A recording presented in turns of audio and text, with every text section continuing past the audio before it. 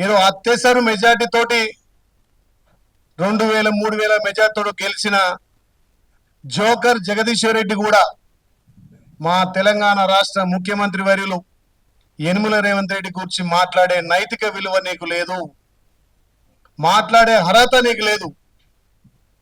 ఇవాళ నల్గొండ జిల్లాను అన్ని విధాల అభివృద్ధి చేసింది కాంగ్రెస్ పార్టీ.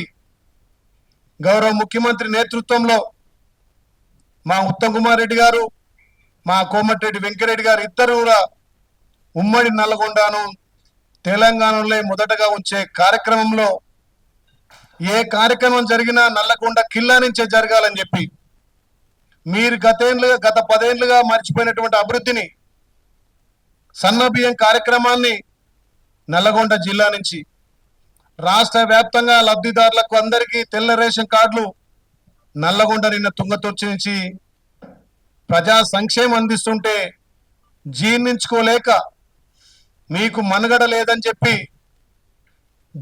ఒక జోకర్ మా గౌరవ ముఖ్యమంత్రి మా పార్టీ గురించి మాట్లాడుతుంటే నిజంగా తెలంగాణ ప్రజలు ముక్కు మీద వేలేసుకుంటున్నారు. ఏం అర్హత ఉందని జగదీశ్వర్ రెడ్డి మా ప్రభుత్వం గురించి కానీ మా ముఖ్యమంత్రి గురించి మాట్లాడుతున్నావు? మరి గత 10 ఏళ్లుగా తుంగతుర్తికి ఎందుకు గోదావరి నీళ్ళు తేలేదు? ఎందుకు ఎస్ఎల్బిసి కంప్లీట్ చేయలేదు? గత 10 ఏళ్లుగా నువ్వు కడుతున్నటువంటి డబుల్ బెడ్రూమ్ ఏమైనాయి? గత 10 ఏళ్లుగా పేదోడికి సంక్షేమం అందలేదు.